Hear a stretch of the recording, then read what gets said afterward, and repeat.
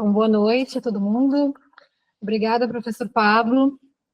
O professor Pablo Alexandre Gobira de Souza Ricardo, então, é coordenador do LabFront, é professor da Escola Guinhard, na UEMG, do PPG em Artes, da UEMG, do PPG-ACPS, da UFMG, e já não sei quais são esses PPGs, mas são muitos PPGs. Coordenador e membro de Câmara de Assessoramento de Ciências Humanas, Sociais, Educação, Letras e Artes da FAPEMIG, membro da Câmara de Avaliação de Projetos Exclusiva, CAP-FAPEMIG 2023, enfim, um vasto currículo, pesquisador de produtividade, né, e eu fiquei extremamente impactada, né, com o evento do qual participei no ano passado. Nesse ano eu não consegui participar, né, mas eu achei, assim, muito estimulante, né, o nosso projeto que estava começando. Então, é uma honra, é um prazer, né, ter aqui com a gente. Te passo a palavra, então, e agradeço de novo pelo aceite. Bom, boa noite para todo mundo aí, depois desse agito todo aí em Pelotas. Agora ter que me escutar aqui acalmando os ânimos, acho que vai ser, talvez seja um pouco mais chato agora, né? Mas, de qualquer modo, eu vou acabar falando um pouco de jogo, né? De videogame, talvez isso anime um pouco algumas pessoas, pelo menos. Antes de eu continuar aqui, eu já vou compartilhar minha tela, ok? Deixa eu ver aqui se a janela... Não, a janela não vai, tem que ser tela cheia. Só um instantinho.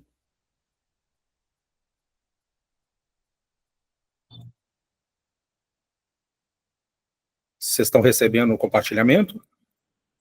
Alguém precisa me dar um retorno, porque eu só estou com uma tela hoje. Sim. Estamos vendo. E está passando os slides, não está? Quando eu mudo o slide assim, está passando, não está? Porque também tem isto, que às vezes ele não passa.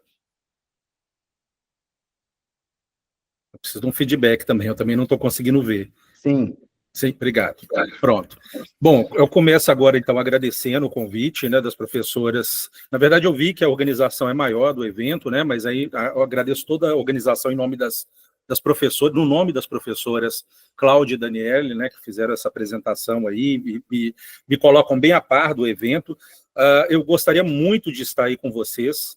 Espero que essa participação online não viabilize uma ida aí em uma outra oportunidade.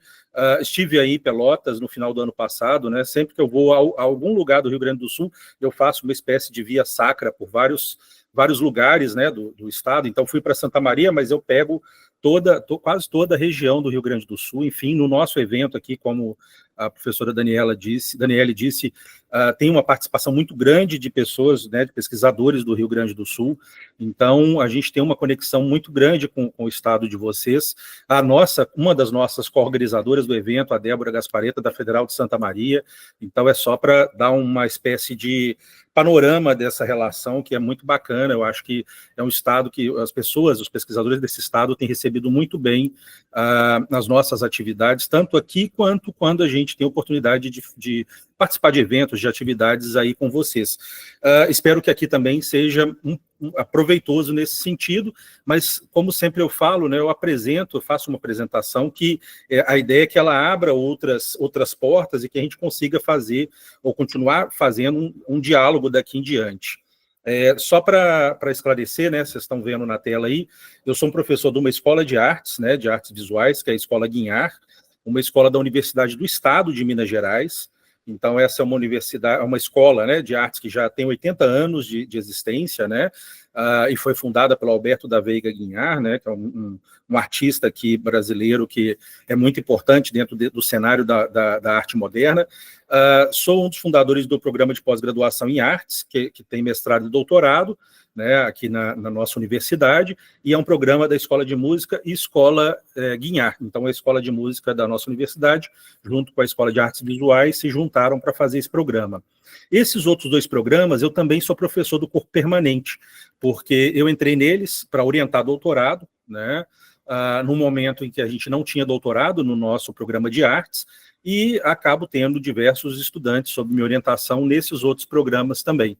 Um é de ambiente construído e patrimônio sustentável, que é na Escola de Arquitetura da UFMG, aí em outra universidade, e o outro é de Gestão e Organização do Conhecimento, dentro da área de Ciência da Informação, Museologia, Arquivologia, Biblioteconomia, desse campo, né, de relações. E nesses dois programas eu aproximo muito pela discussão sobre a tecnologia ligada ao patrimônio, ligada à memória, né, e o campo da arte já minha atuação é mais ampla, né, especialmente num campo que a gente chama de relações entre arte, ciência e tecnologia, ao qual eu também relaciono o campo dos estudos de jogos. Então, está aqui um panorama da minha atuação, que acontece especificamente dentro desse grupo de pesquisa que vocês estão vendo em cima aqui da minha cabeça, mas também agora na tela, que é o Laboratório de Poéticas Fronteiriças, que é o grupo que organiza esse evento, né, que a professora Daniele diz que veio ano passado, né? A cada ano a gente consegue aumentar, né, os participantes e as atividades nesse evento. O ano que vem ele vai comemorar 10 anos, a gente organiza ele todo ano. A pandemia que fez a gente juntar 2 anos em um, mas ao mesmo tempo, desde 2015, nós fazemos esse evento. Provavelmente em novembro nós vamos fazer uma chamada, né, de trabalhos, já fica aí também um convite para todo mundo que quiser participar, tanto uma chamada de trabalhos de pesquisa, né, para fazer comunicações de pesquisa, quanto trabalhos artísticos para exposição. Nós temos uma exposição, tem uma programação artística vasta, mas nós temos uma exposição física, né, em ambiente físico, em galeria, e temos uma exposição em galeria em ambiente tridimensional online. Então, a gente tem uma maleabilidade assim, para fazer essas atividades justamente pelo campo, né? Então, em novembro, nós teremos uma chamada, né? Já podem esperar. E o grupo, obviamente, é o grupo que incorpora todas essas discussões que eu vou trazer aqui. É um grupo onde que eu tenho pesquisas, as pesquisas geram esse tipo de reflexão que eu vou desenvolver aqui com vocês. Vai ser um pouco abstrato, talvez, essa discussão, mas eu tenho uma bibliografia para indicar, então quem quiser também continuar essa discussão, tanto diretamente comigo, com o grupo, né, nós temos grupos de estudos, enfim, pode fazer ou entrar em contato via e-mail. Na tela aí de vocês tem o QR Code, tem um link, né, um endereço para onde ele manda, que é o endereço onde a gente tem todos os links, o website do grupo, várias publicações para acessar. Então, as coisas que eu vou dizer aqui, elas são ancoradas em vários autores e também numa bibliografia própria do grupo. Então, aqui o que eu vou falar tem uma relação com uma bibliografia própria, que é resultante das pesquisas que a gente desenvolve. Começando, né, a nossa conversa aqui, eu propus, como vocês viram, né, é uma discussão sobre corpo, vida e avatar.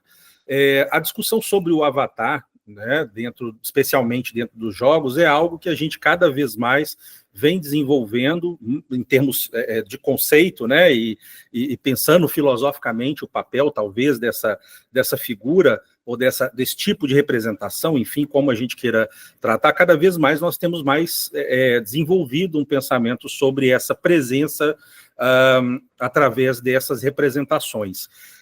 Aqui nessa minha apresentação, né, nessa conferência, eu vou juntar essas 3 dimensões, do corpo, da vida e do avatar. Eu cada vez mais estou mais convencido de que a gente não desvencilha essas 3 dimensões por vários motivos. Um dos motivos é a nossa familiaridade, vou chamar desse modo, né, com a ideia do avatar, com o qual a gente já convive há muitos anos. Uma outra característica é a forma de vida que nós temos, né, atualmente nos últimos 300 e poucos anos, que é uma vida numa sociedade da produção, uma vida uma sociedade capitalista que acaba incorporando todas as formas de ser e fazer da vida humana, não só da vida humana, mas também dos animais, das plantas, dos minerais.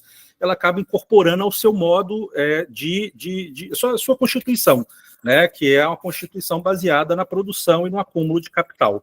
Então, essa forma também da vida se relaciona com esse surgimento desse avatar que todo mundo aqui conhece, né, sobretudo pós-redes sociais, pós-jogos digitais, E a questão do corpo, porque o corpo, ele sempre teve quando eu falo corpo, todo mundo aqui já imagina o corpo humano, né? Aí nós podemos ir avançar e falar do corpo, talvez, do animal, mas aqui eu vou extrapolar um pouco mais essa ideia de corpo, e aí essa ideia de corpo extrapolada está relacionado a essa forma de vida contemporânea, a forma de vida atual, né, que eu acabei de dizer, e também com esse aparecimento e esses novos usos do avatar.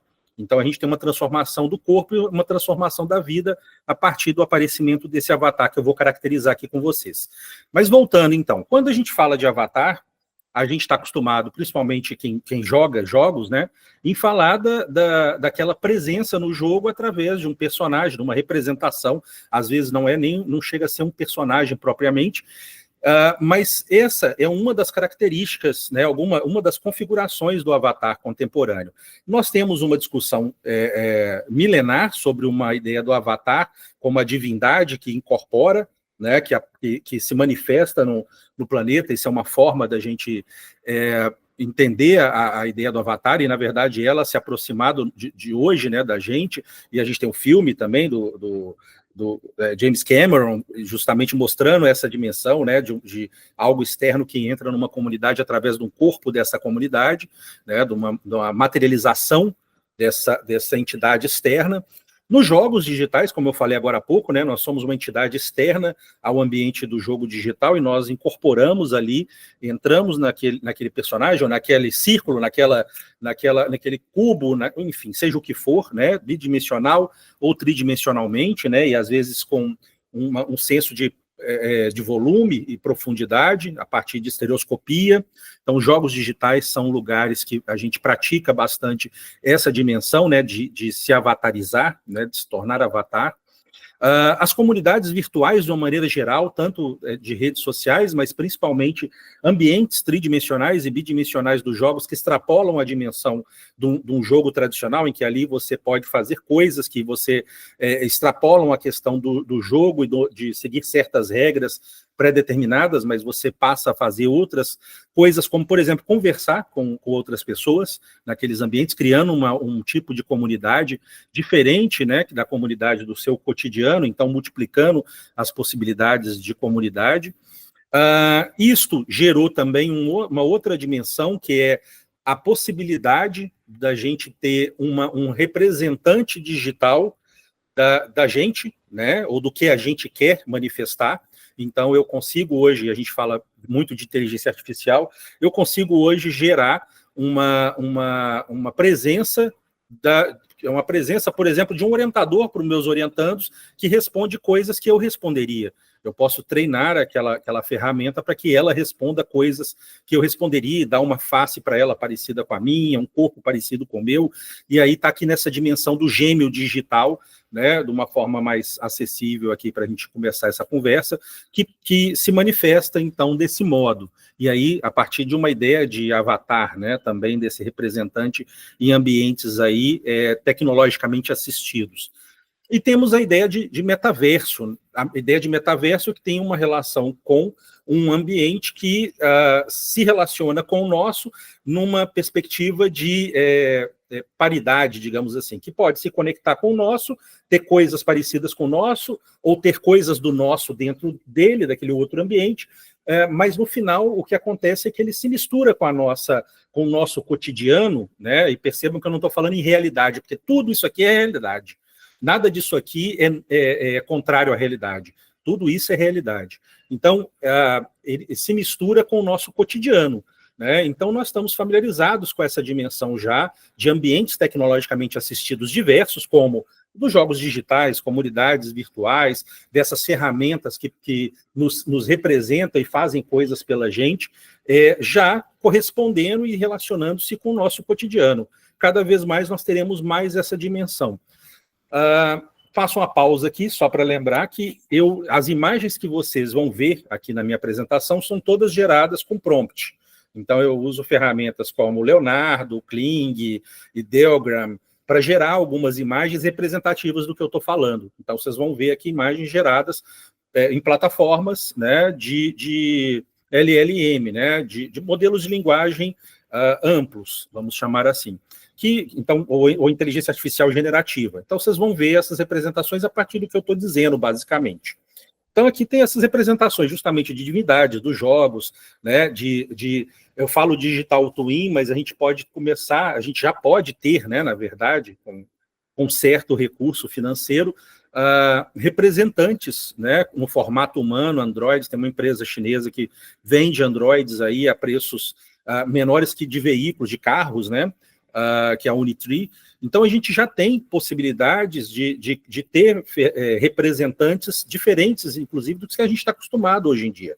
Então, nos próximos anos, nós vamos ver cada vez mais essa transformação da representação, né, desse eu, desse corpo, em outros lugares, em outros ambientes. Não só ambientes físicos, né, geográficos, como a gente conhece aqui, né, no nosso dia a dia, mas também no nosso dia a dia online, conectado, misturando o online com o offline, né, nesse trânsito, de uma maneira muito, digamos, natural.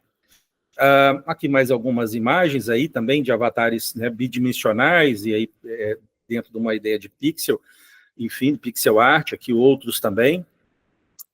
E quando eu falo de corpo, né, a gente está num contexto, e eu dizendo tudo isso aqui para vocês, a gente está num contexto, e aí todo mundo aqui se acostumou a pensar o ser humano, né, a gente é formado desse modo, pensando o ser humano como o centro de tudo. O ser humano, ele é central, né, para tudo que existe no mundo, a ponto da gente ter a ideia, discutir a ideia de que nós estamos transformando o planeta, né, constituindo uma nova era geológica e destruindo e criando novos eventos climáticos, enfim. Então, a gente está acostumado com essa ideia de que o humano é central. Mas, junto com essa ideia, né, justamente dos eventos climáticos, do refúgio climático, dessa situação que acontece desde o início do capitalismo, né, que ela vem crescendo a quantidade de transformações do humano no ambiente, nós temos também um entendimento, uma consciência cada vez maior de que existe o animal com o qual a gente se relaciona, as plantas, o mundo vegetal com o qual a gente também se relaciona, e também o mundo mineral, que às vezes ele é deixado muito de lado, e em regiões que você não tem a exploração desse mundo mineral de uma forma tão radical. Eu sou de Minas Gerais, né? Em Minas Gerais a gente tem sim uma exploração extremamente radical. Então a gente consegue ver o mineral muito mais próximo, né? Em Minas Gerais, nas minas, né? Porque a gente chama Minas e os Gerais. Então, nas minas, na região central, no Triângulo, a gente tem esse processo da exploração mineral, e aí especialmente ferro, né, principalmente ferro, mas tem outros, né, a própria água e outros recursos, que nós conseguimos ver essa dimensão do mineral. E aqui eu estou chamando, e a partir principalmente de um autor chamado Mário Perniola, né, ele tem um livro chamado Do Científico, que ele ensina para a gente que a gente consegue pensar não só a dimensão do corpo humano, mas também o corpo, né, animal, que a gente também já é acostumado a falar, mas entender a dimensão do corpo vegetal e entender essa também dimensão do corpo sensível mineral. Então, a gente tem pelo menos esses 4 tipos de corpos com os quais a gente já lida na ciência, no campo da arte, né, nos campos tecnológicos. É só a gente fazer um certo exercício. Nós estamos conversando aqui, por exemplo, né, nesse momento, através de um produto artificial, com partes artificiais, geradas aí numa atuação do trabalho humano, mas também do trabalho humano sobre um mineral. Então, a gente tem partes minerais aqui na nossa composição dessa mediação entre eu e vocês, o público que está presente aí na Federal de Pelotas, o público que está online. Nós temos aqui uma mediação dentro na nossa relação aqui, nós temos o mineral como um partícipe. Mas olha que interessante, então são corpos também.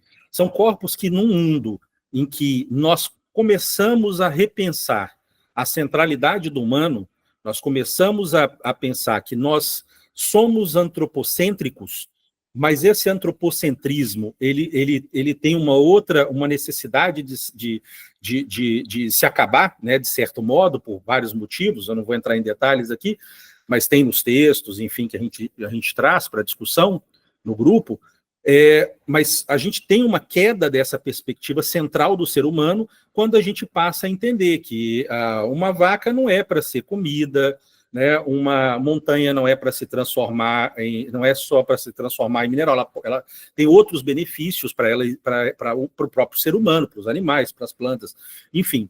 Então a gente começa a repensar isso como humanidade e também ver outros caminhos e começamos também a ver outros protagonismos, o protagonismo vegetal, o protagonismo animal, o protagonismo mineral e não só o protagonismo humano, né? Então é muito interessante que a palavra que a gente mais escuta falar nesse contexto da crise climática é antropoceno, né? Quando na verdade no antropoceno a gente realmente está reforçando essa dimensão de centralidade do humano, uma centralidade que ela tem que ser repensada. Ela tem que ser repensada em todos os aspectos. Agora eu vou ficar um pouco mais rápido aqui, porque a ideia é ser realmente introdutório. Aí são as imagens geradas, né, com uma máquina, com energia numa empresa, a partir de bases de dados de artistas, aquela história toda, né, do problema do direito autoral e tudo mais, que aí também deixamos um pouco para outro momento essa conversa. E temos também o corpo sintético, né? Por que a gente tem a gente está falando cada vez mais desse corpo sintético? Sintético aqui no sentido de artificial, reconstruído, misturado elementos sintéticos que não são encontrados naturalmente na natureza, mas que são engenheirados, né, pelo humano, e não só pelo humano, também por outros seres, mas o corpo sintético, ele acaba sendo um representante, um produto dessa relação natureza-cultura que a gente tem trabalhado, ou tem insistido bastante em extrapolar. Então, a gente acaba construindo algo que, quando a gente fala da questão das relações entre arte, ciência e tecnologia, surge bastante, né, a discussão sobre a separação entre cultura e natureza, a gente acaba vendo que existe, não é uma junção, mas sim um contínuo, tanto para um lado quanto para o outro. A gente tem a natureza na influência na cultura, e a cultura influenciando a natureza, se misturando com a natureza, e as coisas acabam tornando-se difíceis de delimitar como separados. Cada vez mais a gente vem desenvolvendo essa dificuldade de separação na humanidade, mas, ao mesmo tempo, nós continuamos conseguindo pensá-la, né? E continuamos pensando de uma maneira geral. E aí, o que é esse corpo sintético? O que é esse corpo sintético? Ele é um corpo formado numa perspectiva queer, ou cyborg, ou ciborgue, ou a partir do desenvolvimento do que a gente chama o hipercórtex, que é essa capacidade nossa de pensar fora da caixa craniana, usando ferramentas como, por exemplo, inteligência artificial, essa expansão do nosso corpo, a gente ter memória fora do cérebro, a gente ter a voz alcançando. Minha voz agora está em Pelotas, né? Ela não está só aqui, na verdade está em Pelotas, em outros lugares, porque tem pessoas acompanhando a gente de outros lugares, mas especialmente em Pelotas. Então eu tenho a capacidade de ampliar nesse processo aí de utilização de ferramentas, né? Então o hipercórtex está relacionado a isso, a esse processamento que já passa a acontecer, e essa produção sensível também passa a acontecer fora da caixa craniana e também fora do corpo humano, ou expandindo o corpo humano. A gente pode falar dos dois modos, né? Sem limites. A pele não é o limite. A gente tem um limite, um fim de uma delimitação, né, da derme epiderme. Então, a gente tem uma ampliação do corpo nesse sentido. E aí, nós estamos falando aqui de corpo, né? Então, é por isso que a gente pode fazer um implante coclear, por isso que eu posso fazer um implante no ocular, é por isso que eu colocar uma outra lente, né, no caso de catarata, é por isso que eu posso fazer colocar uma prótese, que eu vou ter mais força, eu posso acoplar um terceiro braço, como faz o artista Stellark, né, usar um exoesqueleto, né, para fazer uma performance, mas também para fazer você levantar objetos pesados. Então, toda essa dimensão, né, prótese de silicone, né, prótese, enfim, vocês já entenderam. Então, a gente tem toda essa possibilidade aqui de ampliação das possibilidades do corpo tradicional, né, que é algo que a humanidade já faz, né, quando ela desenvolve ferramentas, né, inclusive a própria fala, né, como uma ferramenta.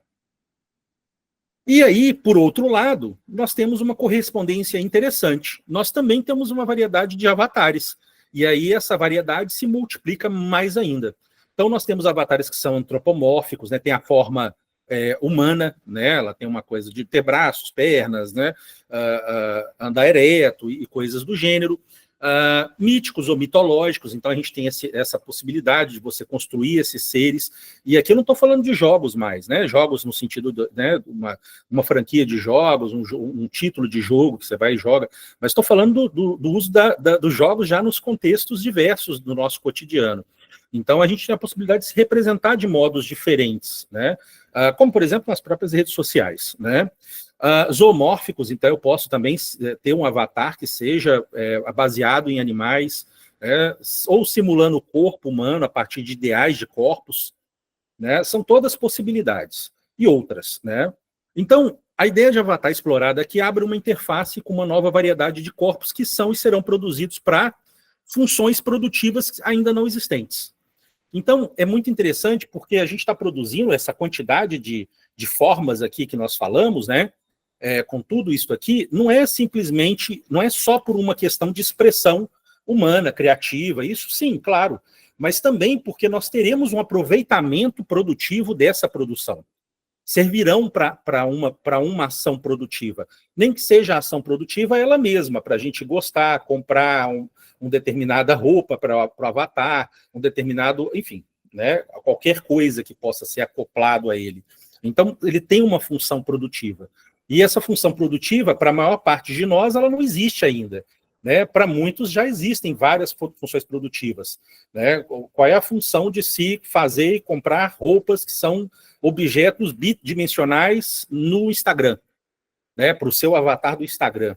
Né? Para algumas pessoas isso tem uma função, né? Produtiva, produção de conteúdo, produção, enfim, né? Da própria roupa, né? A gente tem esse lugar. Nós estamos, então, nesse contexto, discutindo o trânsito sobre essa variedade de corpos ideais, que aqui eu vou passar muito rápido, que todo mundo aqui, quando a gente fala dos corpos ideais, que a gente inclusive critica, enfim, a gente está falando de corpos muito nessa forma, especialmente tendenciosamente branco, e aqui os corpos ideais são feitos pela IA, né? Algumas já estão incorporando outros tipos, então você vê pessoas mais gordas, negras, em alguns casos, né? Então são as ferramentas mostrando para a gente o corpo ideal, né? Para uma variedade de corpos como esta, as quais a gente também já começa a ver em propagandas, na televisão, nos filmes, né, e como protagonistas. Então, são novos tipos de corpos também, que são velhos corpos, né, velhos tipos de corpos. Nós temos uma transição na presença deles na nossa frente, né, e do protagonismo deles. Essa é a transformação que a gente está vivenciando. A gente ainda no nosso cotidiano não vê tantos corpos com aquela transformação ali toda que eu mostrei atrás, né? Vou voltar bastante aqui. Com essa variedade aqui que os avatares têm. Mas cada vez mais nós vamos ver, né? Desde do cosplay, que há 20 anos aí aumentou a quantidade dessa presença transformada, até os corpos trans, o protagonismo do corpo trans, são formas que nós acabamos vendo transformar nos últimos anos. Tem relação com uma pauta identitária, uma luta identitária, uma luta interseccional, enfim, tem a ver com essa dimensão, mas também tem a ver com um tipo de sociedade que está sendo construída e o tipo de produção que a sociedade está realizando, né? Enquanto produzimos em nosso tempo presente corpos representativos como estes e além. Então, nós temos esses corpos aqui, né, como corpos que a gente começa a vislumbrar de uma forma, né, eu vou chamar de natural.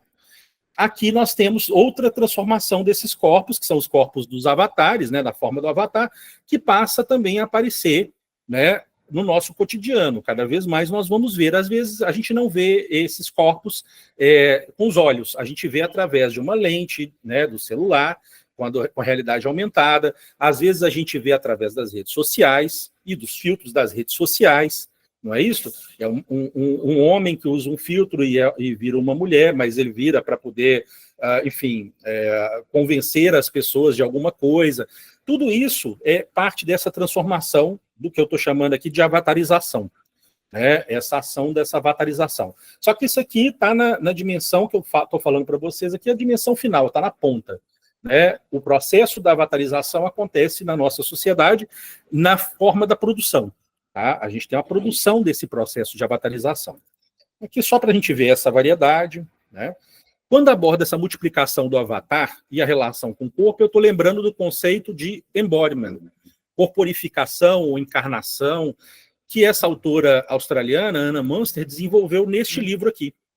Então, é bacana, quer dizer, ela e outros autores, porque tem outros autores que desenvolveram antes. Eu gosto do modo que ela desenvolve aqui, porque ela desenvolve numa perspectiva dessa materialização, da materialidade. E trabalha com esse corpo também expandido, né? Então, acredito que a gente tenha já o livro em português, né? Materializando a nova mídia, a corporificação na estética informacional. Esse livro ele é de 2006, então é uma discussão que a gente já vem fazendo há muitos anos, né? Esse processo de encarnação, né? Em que nós usamos as tecnologias para existir de uma forma não só do modo tradicional que estamos acostumados, mas agora à distância, a partir da expansão da voz, expansão do que, enfim, do que a gente quer que seja visto, seja escutado. Um dos modos de difusão desse novo cenário, além dos jogos digitais, são as artes da presença. Então, no teatro, na dança, nas performances em geral, shows, outras representações variadas, em plataformas diversas. Como nós estamos num momento pós-pandêmico, nós já vivenciamos essa dimensão aqui dessa presença. Todo mundo aqui deve ter tido a experiência de teatro digital, online, dança digital, dança online, ou então as lives de shows, de performances de artistas diversos.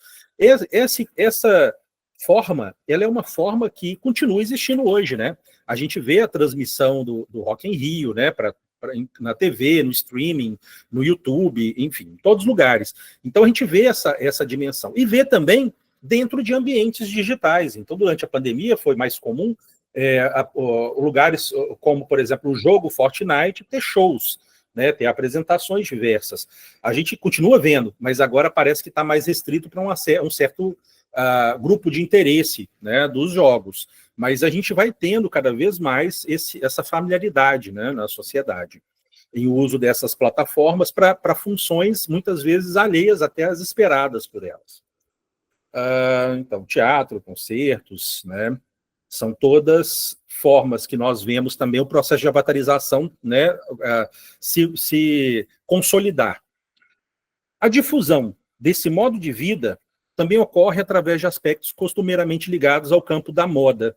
E aí o campo da moda talvez seja o campo que mais se beneficia desse processo que a gente ou se beneficia, ou toma conta, ou repensa, né, pensa, modifica o caminho, desse processo que eu estou tratando aqui com vocês sobre o corpo, a relação do corpo, da vida e do avatar, né? A relação aqui, né, da moda, seja numa perspectiva conceitual ou a moda que você desenvolve os produtos para serem de fato comercializados, nessa relação produção e consumo talvez seja beneficiado, né, mais beneficiado do que outras áreas nesse momento. Mas eu acredito que isso também vai se expandir, cada vez mais será expandido para outras áreas. Então, ficará restrito só ao campo da moda. Mas o campo da moda a gente consegue ver com mais precisão isso. Por exemplo, a gente nos jogos, né, fala muito das skins, né, que não à toa tem relação com os filtros, né, quando a gente fala em redes sociais. Então, essa coisa de mudar a pele, roupa, né, acessórios do avatar, né, especialmente a pele, cabelo, né, formatos, enfim, está dentro dessa dimensão.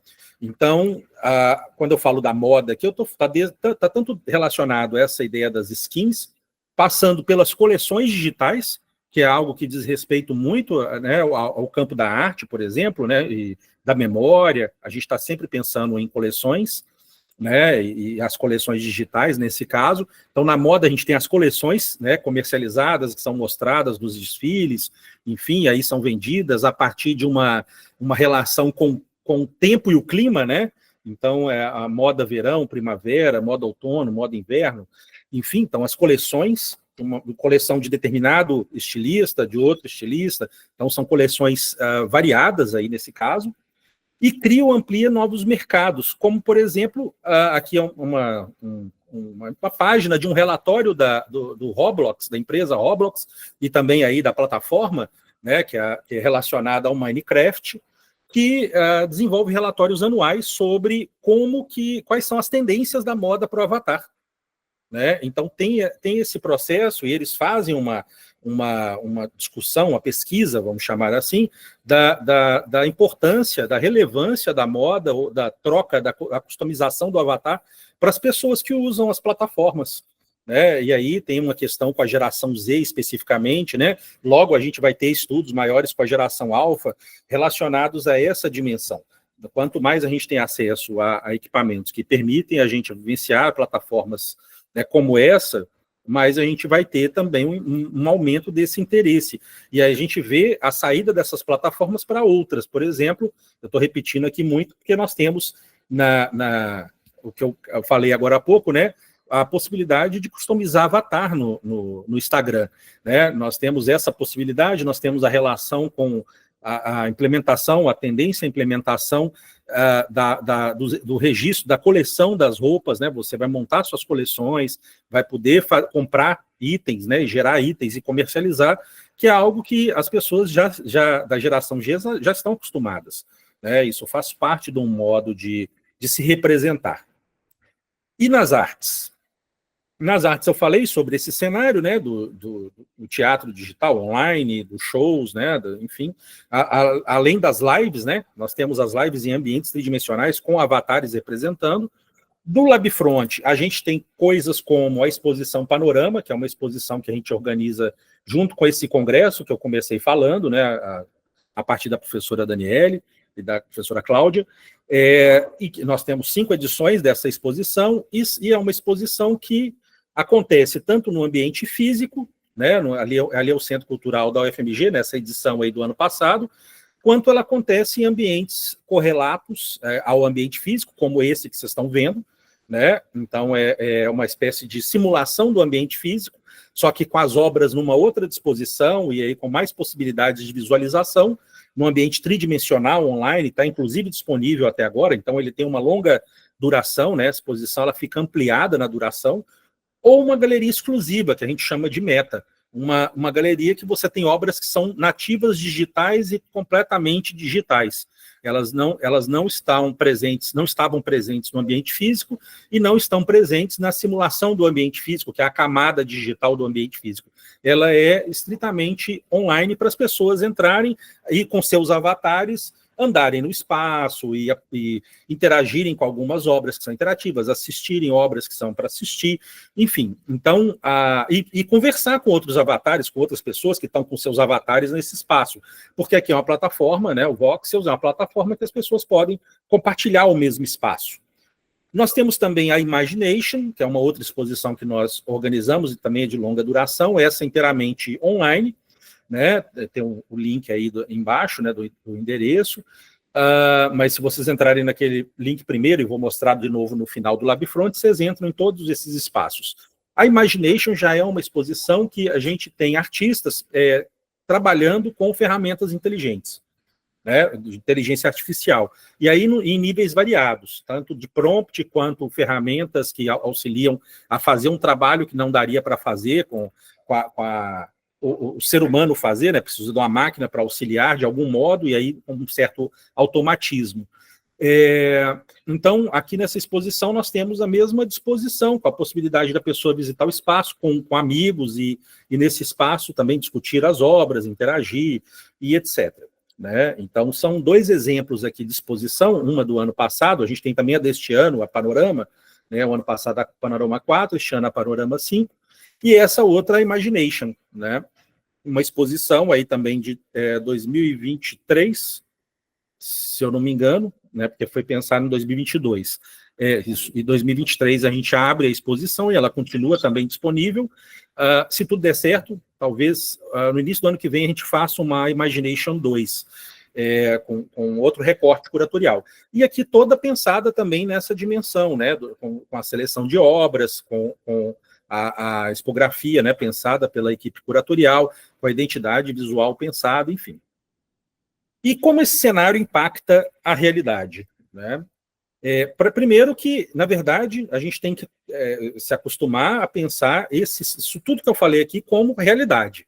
Né? A gente não tem uma separação aqui entre o lá e o aqui, né? Todos nós aqui estamos o tempo todo em comunicação com a internet, através de uma operadora, né? Uma operadora dessa conexão.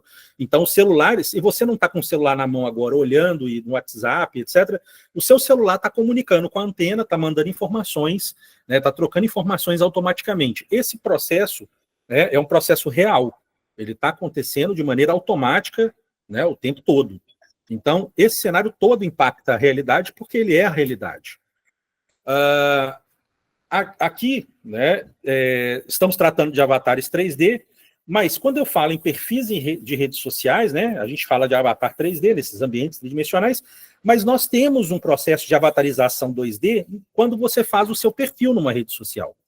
Ali você constrói uma imagem sua que tem tratamento. Você pode dizer, né? Não, eu sou real ali, não coloco filtro, eu fico com cabelo branco e coisas do tipo. Mas, na verdade, né, uma foto não é você, né? É uma representação ali que você, através de uma máquina, fez de você e etc. E o modo que você é obrigado a configurar para a plataforma também é um modo de tratar aquela presença. Então, é um outro tipo de presença, de qualquer modo. Do mesmo modo que é um outro tipo de presença o currículo vitae. Quando você faz um currículo para poder oferecer a mão de obra, né, a sua mão de obra, você está fazendo uma espécie de avatarização narrativa. Você está construindo uma biografia que é uma biografia a partir do interesse que você quer alcançar. As redes sociais só operam desse modo, você pensando ou não, né? Afinal, tem um algoritmo que trata esses dados de um determinado modo, né? Então, é bom a gente se acostumar com essa dimensão, porque o modo de operar nessa sociedade é esse modo. É um modo de representar, né? Ou aqui, como eu estou falando, avatarizar, porque a gente está já numa dimensão dessa representação, está caracterizada como um personagem, tal como um personagem de jogos. E quando a gente chega num contexto em que a gente tem o Big Data, inteligência artificial, né, ou eu chamei aqui de Big Data com hipercórtex, como criações das redes computacionais impulsionadas pela inteligência artificial, a gente tem uma concentração e complexificação do que o avatar é nessa sociedade. E torna esse avatar parte fundamental dessa forma de vida. Essa é a tese aqui que eu estou trazendo para vocês, para a gente pensar um pouco. E essa tese eu desenvolvi nesse ensaio, né? Esse livrinho, né? Esse ensaio está disponível no site do LabFront, gratuito, enfim. Todo o material, como eu disse, é gratuito, dá para baixar. A gente também, quando tem o congresso, a gente também distribui, né, os livros e tal, presencial. E nesse ensaio eu apresento a avatarização da vida como produtora de uma forma de vida espetacular. Aqui é um conceito do Guy Debord, né, da sociedade do espetáculo, ou espectral, aqui a partir desse conceito no George Agamben. Então, a gente tem a avatarização da vida relacionada a uma espetacularização e a uma espectralização. São dimensões aqui próximas. Então, tem uma relação com esses outros autores aqui. Uma forma de vida produtiva que mescla os aspectos tecnológicos e científicos, como, por exemplo, os biológicos, né, do corpo humano, do corpo animal, né, e outros, né, eu falo científicos aqui, eu falei biológico, mas poderia falar do geológico, eu falei de minerais. Mescla, então, esses aspectos tecnológicos e científicos com os artísticos, né, nessa forma complexa com a qual aqui eu delineei. E, por fim, e aí chegando ao final aqui da minha fala, avatarizar a vida significa que temos que criar e recriar essa vida e os corpos que comportam essa vida conforme as necessidades de produção. A gente não faz rede social por uma opção, é porque, na verdade, se a gente não fizer, a gente está sem comunicar com os outros, a gente não cria um avatar, né, por opção. A gente cria porque senão você não joga um jogo, senão você não entra numa plataforma. Então, a gente tem um processo aí dessa sociedade que acaba nos impulsionando para essa condição. Uma condição que faz a gente produzir o tempo todo, né? Entrarmos nesse contexto de produção. Como eu disse, né, aqui são as redes sociais do grupo, se vocês quiserem ter mais informações e baixar o material que eu falei, né, podem acessar. E eu agradeço mais uma vez o convite das professoras e a paciência de todo mundo aí por me escutar nessa noite de sexta-feira, né? É isso. Muito obrigado. A ciência não, foi maravilhosa. Já deu. Tá? Já. Não é paciência, não, é um brinde, realmente um presente maravilhoso. Que pena que acabou. Ficarei Poderíamos ouvindo ficar- mais algumas horas aqui. Certamente. Perfeito, Legal. assim. Acho que dialoga muito com o que a gente vem pensando, né? Em vários sentidos, né? A gente trabalha nesse laboratório, não sei se a gente chegasse a falar, mas é o Laboratório de Ensino, Pesquisa e Produção em Antropologia da Imagem e do Som, né? Então a gente tem esse foco no trabalho com imagens, mas também com sons e sensorialidades, enfim. Sim. E nesse último ano, então, a gente começou esse trabalho com inteligência artificial, que é um projeto de pós-doutorado, né? E essa é uma questão, né, essas questões que tu trouxeste, assim, são questões que a gente pensa bastante, né, inclusive essa questão da representação, né, a imagem, é como se a imagem fosse algo dado, algo que identifica o sujeito como, a partir de um indício, mas é como tu disse, é uma construção. Então, nós nos construímos desde sempre, né? Sim, sim. Tem como evoluir, desenvolvemos à medida em que a tecnologia vai sendo desenvolvida, né? Então, é extremamente interessante. Eu fiz várias anotações aqui de referências também, que eu tenho para buscar. Eu entendo que, a partir da tua fala, estarias mais pensando no capitoloceno do que o antropoceno, talvez, né? Capituloceno, Cutuloceno, né, coisas do gênero. Mas, na verdade, aí é a reflexão, por exemplo, da dona Haraway, né, que é uma super referência, e ela parte de um caminho que eu não faço, né? Eu parto, por exemplo, desses autores para falar desse contexto, né? No final, hoje, um orientando meu falou no grupo de estudos, não sei se ele está aqui, está sim, está até assistindo a gente aí, que é justamente, a gente fica falando muito de antropoceno, e falei que também em Brasília, no evento, né, antes disso, falo em aula, enfim. A gente fica falando muito em antropoceno, na verdade, a ideia de antropoceno é uma ideia aceita pela ONU, né? A ONU está manifestando. Então, lógico, é mais interessante a gente pensar essas alternativas, né, de nomear esses momentos a partir de autores como a dona Haraway. Só que, quando eu falo a partir do Guy Debord, e especialmente do Guy Debord, é irrelevante no final o nome que a gente dá, porque continua sendo o capitalismo, né? É a sociedade capitalista funcionando do mesmo modo, como uma sociedade produtiva, né? Como um buraco negro sugando para dentro dele a cultura, a arte. É um processo muito difícil de se... Que aí, de certo modo, sim, dialoga com o que a dona Haraway fala, né? Mas é algo que a gente não precisava nem teorizar mais, né? A gente já sabe que temos uma condição, uma forma de vida aí que vai ficar sugando, né? E aí eu vejo na forma do Avatar esse lugar agora, essa forma aparecendo, né? Como uma forma que vai tomando cada vez mais o nosso cotidiano. A gente não vai ter como não se representar desse modo, né? Do modo do Avatar, de colocar a orelhinha, e inclusive para gerações de hoje parecia algo infantil, né? A gente chamaria de infantil, mas não é, porque para a geração passada a gente é mais infantil que eles, né? Sempre é assim. Nós temos aí no tempo esse desenvolvimento. A próxima geração sempre é mais burra, é sempre mais infantil, é sempre, né, pior, né? Quando, na verdade, a gente tem um processo de acúmulo aí geracional, que dizem que agora a gente não tem mais, porque a inteligência artificial vai acabar com tudo. Enfim, a gente viu isso sobre tudo, né? Sobre cinema, sobre fotografia, né? Mas é polêmica, todas essas questões são polêmicas, pelo amor de Deus, eu não quero nem entrar nessa discussão, não. É igual aquela discussão da inteligência artificial, senão eu não vou embora daqui, a verdade é essa. Mas a inteligência artificial rouba as plataformas, as empresas roubam os artistas. Aquela história, né? Quando parece que a gente esqueceu que os artistas nas vanguardas fizeram isso como uma prática de tentativa de superação da sociedade capitalista, da sociedade que estava constituída no início do século XX. E aí a gente tem outras discussões que a gente vai sendo tomado relacionadas a isso, né? Quando a gente, no final, está com o mesmo problema, a gente continua com o mesmo problema. A gente continua com o mesmo problema desde o século XVIII, né?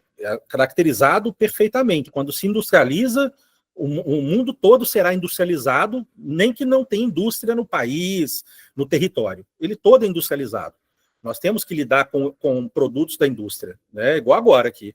Nós temos um país menos industrializado, mas aqui nós temos um equipamento da indústria, né? Um computador, enfim, celular, etc. Mas, enfim... Somos dependentes, né, no final das contas, de todos esses recursos, né? Sim. Eu queria te perguntar uma coisa. Tu achas que... como é que tu vês a tecnologia, assim, em termos de futuro, né, pensando aí com a Anna Tsing, né, essa necessidade de aprendermos a viver nas ruínas? Pois é, eu não acho que a gente tem que aprender a viver em ruína, né? Assim, a Anna Tsing, a questão da catástrofe e tal, eu sou de uma perspectiva benjaminiana,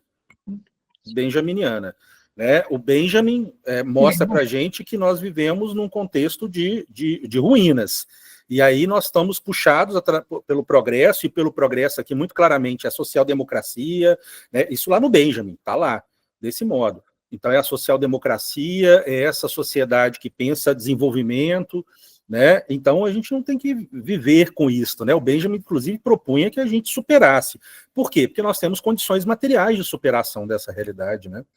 Nós temos já condições. A gente tem condição de viver num mundo que possa até ter um humano como protagonista, mas um mundo que não tenha fome, né? A gente tem uma questão da produção, só brincando com o vegetarianismo aqui, a questão da produção de grãos, né, que vai toda praticamente para a produção animal, né? Se a gente tivesse realmente pensando em acabar com a fome, é vegetarianismo para começar, né? Agora a gente está esperando um momento certo na humanidade de virar vegetariano, é o que está acontecendo, é uma escolha óbvia, desculpa, não sei o caso de cada um, mas é uma escolha óbvia para diminuir o consumo de água, diminuir o consumo, enfim, produzir carne é caro, produzir leite é caro, né? Mas a gente sabe disso há muitos anos já, a gente sabe isso desde pelo menos o século XIX, vamos pensar assim, né? Do século XX, sem dúvida, inteiro, né? Mas a gente continua do mesmo jeito. E nossa, eu estou me suicidando, vocês não deixam de me chamar não, viu? Porque eu lembrei agora que vocês são do Rio Grande do Sul, né? Claro. Mas, enfim, eu sou vegetariano. É uma questão muito clara. É aqui que se prova o verdadeiro vegetariano. É assim, né? Suicida, né? Não, aqui é que a gente vê quem é verdadeiro vegetariano. Ah, tá, entendi. Não, mas é porque realmente acontece. Tem convidados, às vezes, que a gente chama para o evento aqui, que fala que é vegetariano e tal. Na hora que você vê, tá comendo frango na mesa com a gente. Mas que você não era vegetariano, peixe. Você não era vegetariano, eu sou. Aí a pessoa acha que o vegetariano come peixe, frango. É muito engraçado isso. Mas é isso, a gente tem uma questão aí que é uma discussão antiga, né? Do custo da produção, de uma maneira geral. Então, a gente pensa o custo da produção quando é conveniente e qual é conveniente. Isso é normal, né? Então, eu não sei, o viver com a catástrofe que está em superá-la. Eu penso muito na superação, né? E a gente tem os meios de superação. Esse ensaio, propriamente, eu termino falando, dando sinais disso, né? De por onde que a gente vai. É isso que eu queria te perguntar, né? Como é que a gente consegue... assim como a gente tem a hegemonia do sistema produtivo, né? Nós sempre tivemos formas de resistência, nós sempre tivemos guerrilhas, enfim, né? É verdade que esses processos de subversão, eles são mais no ritmo artesanal, digamos, enquanto que a produção hegemônica é num ritmo massificado, né? Então é uma luta um pouco inglória. Mas eu tive há pouco agora numa banca de uma moça no Canadá que está trabalhando com produtoras de jogos, justamente os jogos, as produtoras independentes, né? Que tem alguns deles, bom, não é tão separado assim, as grandes produtoras, as menores, porque tem uma certa porosidade, mas ela, né, busca formas pelo próprio sistema, no caso de jogos também, né, formas de subversão do próprio sistema, né? Então, como é que tu vê isso, né? Dentro desse processo de avatarização que está guiado pela produção capitalista, quais são as brechas, quais são os locais de subverter, de virar, enfim. Primeiro, assim, isso é interessante que você está falando, né? A questão da produção de jogos, né? A gente está tendo um aumento, se eu não me engano, está superando o número de homens já, o número de mulheres produtoras de jogos, né? Programadoras, artistas, né? 2D, 3D, modeladoras, enfim, isso é muito interessante. Não é coincidente, né? De você falar de uma desenvolvedora, né? É porque realmente o cenário tá virado. E a outra questão é que, como é que eu vejo, né? Pois é, a gente tem as experiências práticas, né? A gente tem uma prática, ou teórico-prática, experiências variadas ocorrendo, o tempo todo está acontecendo, né? Eu entendo você falar que é artesanal, professora, mas é um artesanal, mas ele tem também uma brutalidade e uma velocidade, porque se não tiver, ele não é efetivo. Então, ele tem acontecido. Então, por exemplo, redes autônomas, né, formas de conexão que não passam pela internet. Então, a gente tem essas iniciativas ocorrendo, né? Coincidentemente, elas ocorrem em lugares mais precários, em que realmente já não tem internet. Então, são redes comunitárias. É algo que parece, inclusive, com o início da internet, né? Através dos Bulletin Board Systems. A gente tem esse cenário, né? Já há muitos anos, ele nunca parou de acontecer. Por que ele existe e vai continuar existindo? Falei isso recentemente, acho que em Brasília. Quando a gente tem algum tipo de levante, um junho de 2013, né, que vai crescendo e vai ficando indomável, a primeira coisa que vai acontecer é a internet cair, né? Ela é parada. Então, você precisa ter as iniciativas sempre de organização da comunicação. E elas existem, né? A gente conhece essas formas. E aí a gente conhece essas formas a partir da experiência atual. Então, por exemplo, o pessoal segunda vez que eu vou citar o Leonardo Folleto e o pessoal do Baixa Cultura, né, que é o grupo dele, e o newsletter e tudo mais, eles fazem um trabalho nesse sentido. Eles acompanham essa criação dessas redes.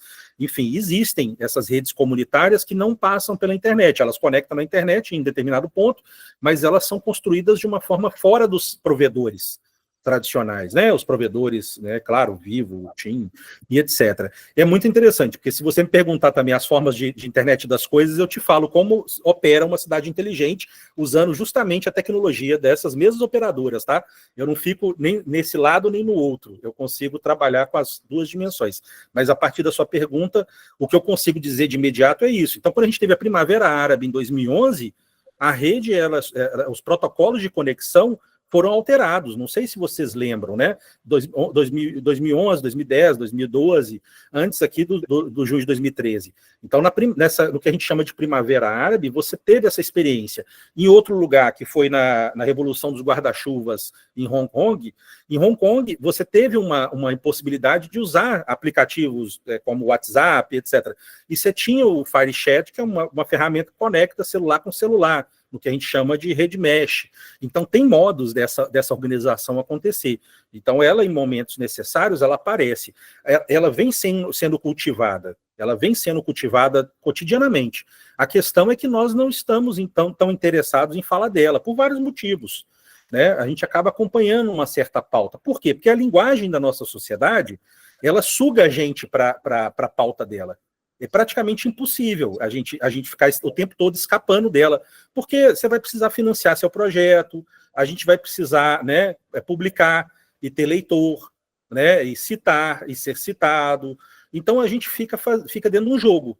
É um jogo, no final das contas, mas um jogo que é conduzido por uma lógica que é a lógica dominante. A saída da lógica dominante, ela não é inteligível. Ela não é inteligível. O que você chamou de subversão, né? Eu nem gosto de usar a ideia de subversão, eu gosto de falar do ininteligível mesmo. Ela não é inteligível, a gente não entende, né? Por exemplo, quantas pessoas que estão escutando a gente sabiam que existem redes, né, que acontecem sem conectar na internet, que são comunitárias, feitas pelas próprias pessoas? É pouca gente que sabe disso, né? Quantas pessoas sabem que é possível você criar uma espécie de internet conectando aparelho com aparelho, diretamente? E a gente pouco sabe disso, né? É interessante isso, porque nós temos aqui o Google para pensar, né? Para usar. Para o Google e outros buscadores, né? O Perplexity, você pode usar IA para pesquisar, pedir ajuda para montar uma rede desse tipo, né? É a mesma lógica das rádios comunitárias há 20 anos atrás, né? Você tinha tutoriais para criar rádios comunitárias.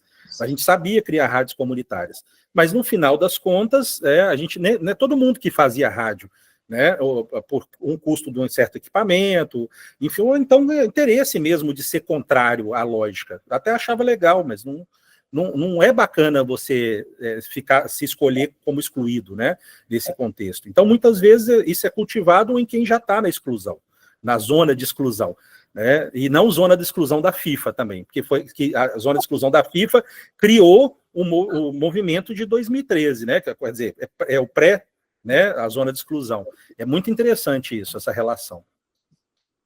Mas eu não tenho resposta para nada, eu estou conversando aqui com a senhora. Temos aqui alguém no público ou alguém que está nos acompanhando aí de forma remota, querem fazer perguntas, comentários?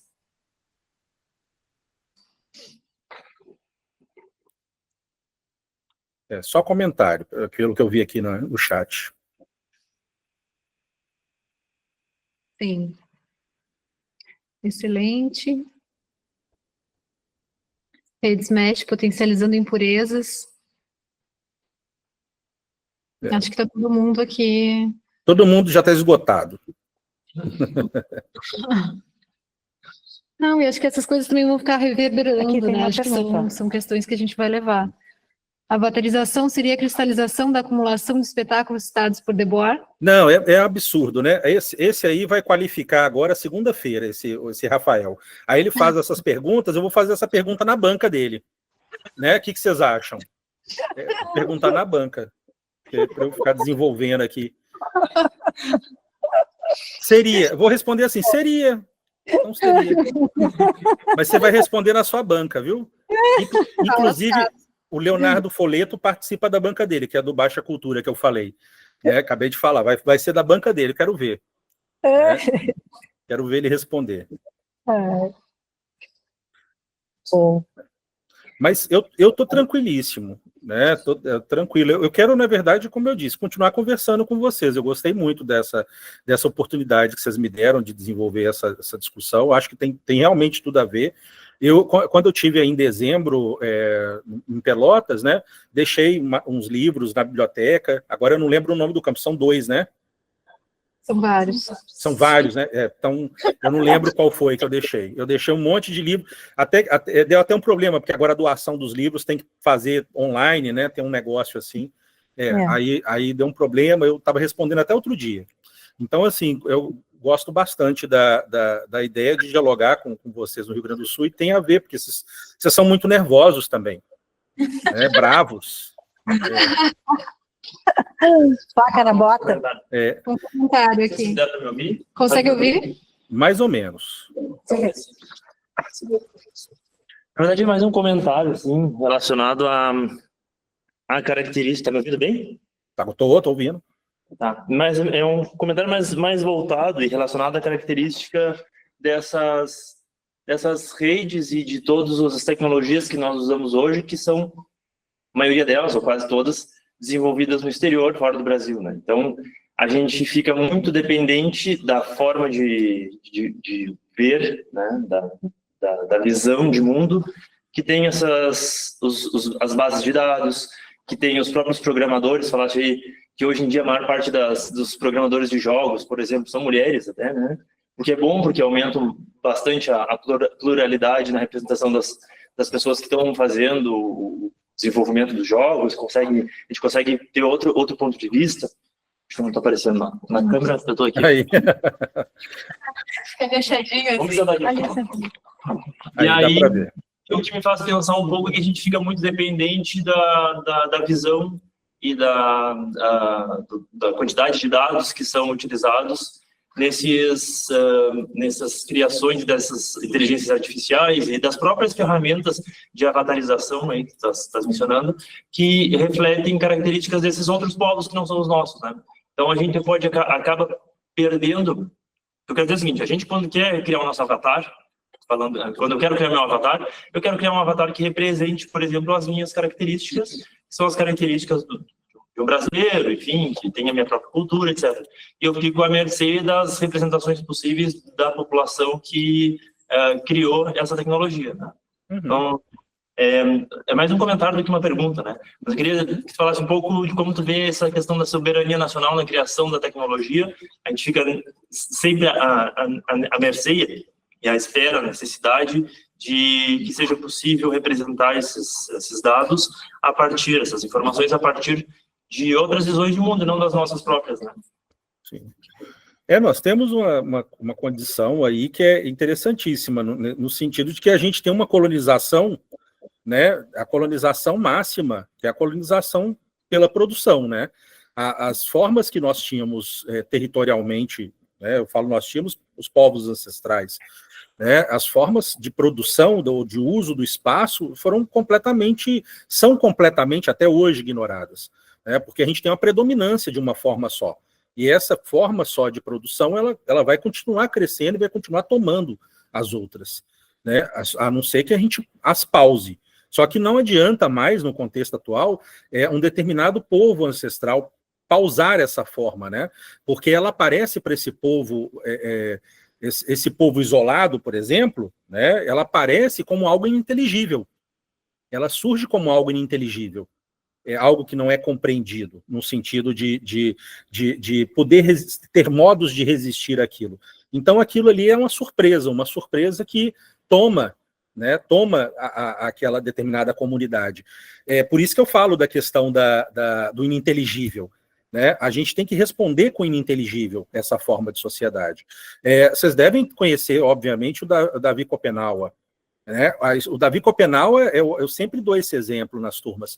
Quando ele vai falando, é assim, ele fala na língua dele, e aí de repente você escuta ele falando universidade, a palavra universidade em português. Aí ele vai falando na língua dele, ele fala cultura em português, porque na verdade para o povo dele não tem diferença, né? Não existe diferença entre cultura, universidade, aprendizado, né? Isso é a forma de vida, né? Só que essa forma de vida dele, para a gente, é ininteligível, de certo modo, né? Então ele está combatendo desse modo. Eu poderia dar esse exemplo, né, de combate, enfim, ele está combatendo essa sociedade capitalista e tal, mas ao mesmo tempo ele está dentro da universidade falando isso.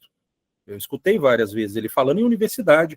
Então ele está dentro da universidade fazendo essa resistência, né? E aí de repente nós temos Ailton Krenak como um imortal da Academia Brasileira de Letras, que também tem uma postura muito parecida, né, nesse sentido. Não, às vezes não pela língua, mas pelo sarcasmo, né, às vezes um deboche, como formas, né, estranhas, inclusive. Então, isso é bastante interessante, mas também está dentro já dessa incorporação. Quando eu falo do inteligível, é além disso. Então, a reivindicação da representação, não sei se é suficiente, eu não sei, eu estou dizendo assim, não sei. Se reivindicar a representação, né, do corpo brasileiro, da cor, da não sei o que, é suficiente, né? Eu gosto mais da ideia do impossível, de querer fazer o impossível, né? E o que é impossível? É não produzir, não trabalhar. Isso é impossível, né? Então é esse tipo de reflexão, talvez, que seja interessante para a gente tensionar mais esse debate. Mas, óbvio, quando você vai falar agora dentro da linguagem da nossa sociedade, claro que é importante ter uma representação.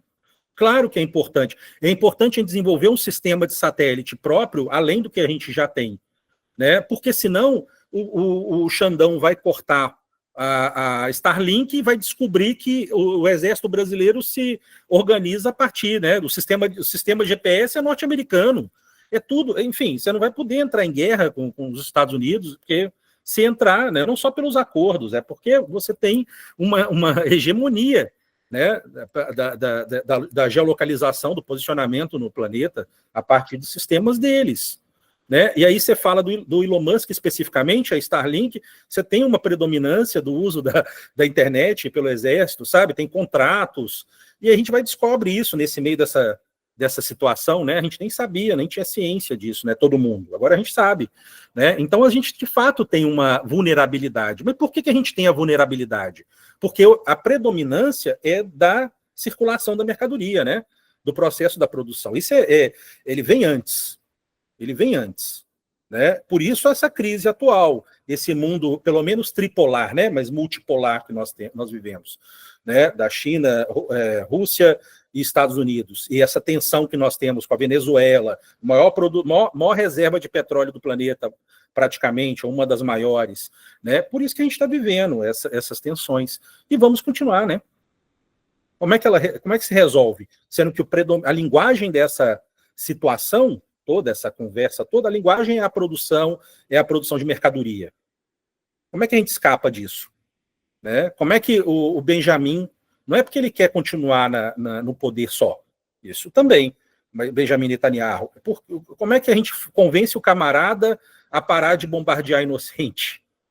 Né? Como? Sendo que a lógica da produção é a prioritária. É uma situação maluca, né? Então a gente vive isso, justamente porque a gente acha que é protagonista, né? A gente acha que é protagonista. A gente acha que nós somos, enfim, é isso aí que vocês já entenderam. Mas quem sou eu para falar? Eu sou um professorzinho da UEM. Oh. Mais uma pergunta aí. Não, porque gostei muito da apresentação, começar a dizer assim. Mas eu gostei muito também dessa questão que tu traz do inteligível, né? E eu queria saber, assim, sobre isso, se tu diria que seria, aí pegando mais essa perspectiva safatliana da coisa, né? Do dar corpo ao impossível e tudo mais, se tu acha que seria uma importância teórica também de a gente começar a reabilitar a questão da negatividade, né? Queria saber um pouco isso. O que está nessa perspectiva? Eu só estou falando disso aqui. É isso que você falou. Eu só estou falando disso aqui. Você leu as entrelinhas todas para mim aqui. O que eu estou falando aqui é que a gente tem que negar a negação da vida. Negar a negação da vida. Simples assim. Nós não temos outra opção. Né? E o Safatli entendeu isso por causa das referências. Só que o caminho dele é adorniano. Né, teoria crítica adorniana, principalmente. Mas, ok, eu não tenho problema. Né? E eu vejo essa prática da negação da vida, da negação da negação. Né? Eu vejo essa prática, reconheço ela. Então, quando eu falo junho de 2013, é um momento desse levante. Né? É uma insurreição. Né? Quando você tem que ler esse ensaio, viu, que eu falei, da avatarização da vida, você vai curtir. Só da sua pergunta aí. Né? Mas é isso. Então, sim, dialogo tranquilamente com o Safatli. Menos com essa coisa dele ficar candidatando aí, é muito engraçado. Eu acho engraçado. Parece o Zizek, ou o Zizek, né? É engraçado, esses caras candidatando. Eu dá vontade até de votar. De tão engraçado que é. Eu não voto. Mas, enfim, eu acho que eu consegui responder. Olha só como é que foi tranquilo. Fica só na promessa, né? Na promessa. Vai lá ler o texto lá que a resposta está lá também. Mas é isso. Você entendeu a negação da negação. Essa é a minha tradição. Então eu não tenho como não achar possível. É a única saída, né? É isso. Eu acho que você mexeu nas tripas aqui da gente, sabe? Oh, que bom. Foi extraordinário, assim. Eu acho que pegou um ponto crucial mesmo, né? A importância da gente se dar conta mesmo, né? Um materialismo que nos guia, que nos rege ainda. Nós estamos com bastante... É difícil de sair dessas amarras, assim, né? É por isso que a gente come, né, professora? Você falou de comida aí, eu fiquei até com fome. Eu quero ir para aí comer. Só não vou comer carne, mas o resto eu como tudo. Chimarrão, gosto muito de chimarrão. Os pontos que você tocou, né? Corpo, vida e avatar, acho que converge completamente também para o foco, para essa linha de pesquisa que a gente iniciou há pouco tempo, né, dentro do nosso grupo de pesquisa antropoéticas, que é máquinas, corpos e grafias. Quer dizer, aqui a gente está mexendo com a questão das máquinas, ou seja, do trabalho, do sistema, da produção, propriamente. Né? A gente está mexendo com os corpos, que é a questão da vida, né, de todas as formas de vida, e está pensando como que se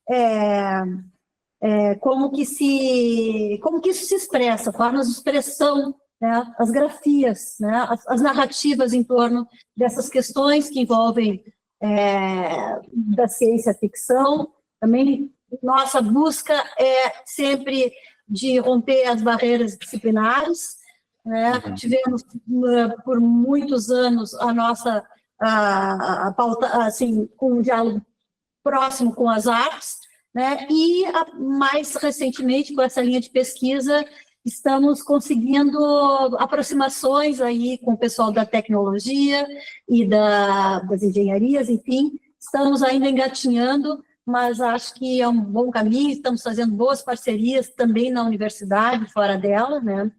E a sua presença, sim, a sua fala foi magistral, acho que nos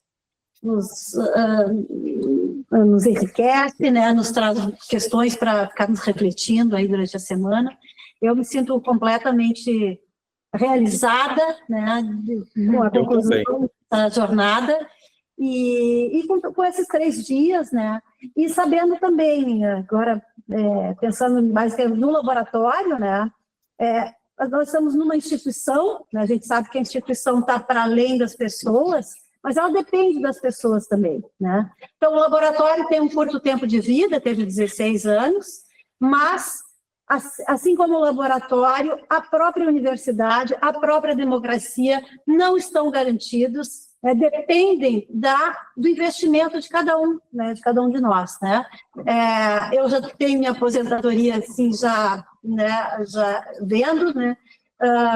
O Hamilton acaba de ser aprovado aí no doutorado em artes. O Hamilton é nosso técnico de imagem do laboratório, que há mais de 10 anos trabalha conosco, né?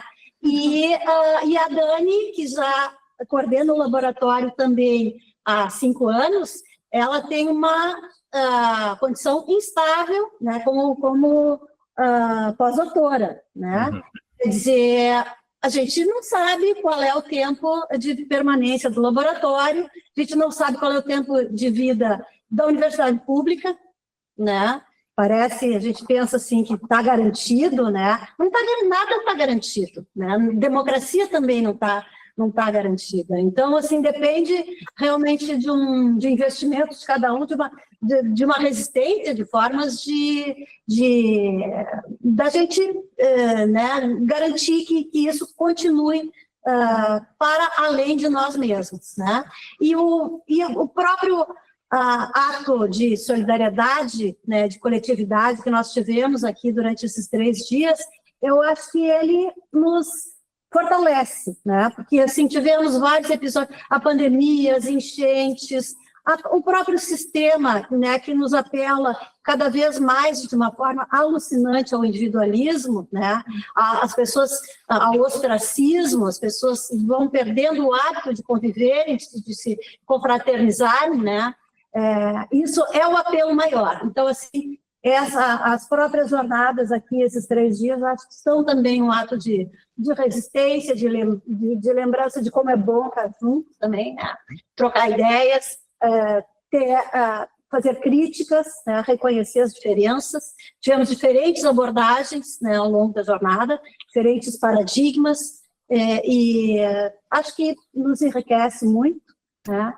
Então, agradeço demais a presença do Pablo, que seja por muitas outras vezes, né? E a todas as pessoas que participaram, contribuíram, né? Foi maravilhoso. Agradeço muito as pessoas que estão nos acompanhando aí também de longe, de casa. Visitem o site, o LabFront, vale muito a pena, tem muita coisa interessante também. Muito obrigado. Em breve, acho que as imagens aí, eu registro desses 3 dias, vão estar disponíveis também. As próprias palestras, as mesas também foram registradas, vão estar no canal do YouTube. E, então, tá bom. Muito obrigada, gente. Então, chave de ouro. Obrigado, gente. Parabéns para vocês aí pelo evento. Tchau, tchau. Claro, quem quiser ir lá, também temos os tamboreiros lá na Utopia, tá?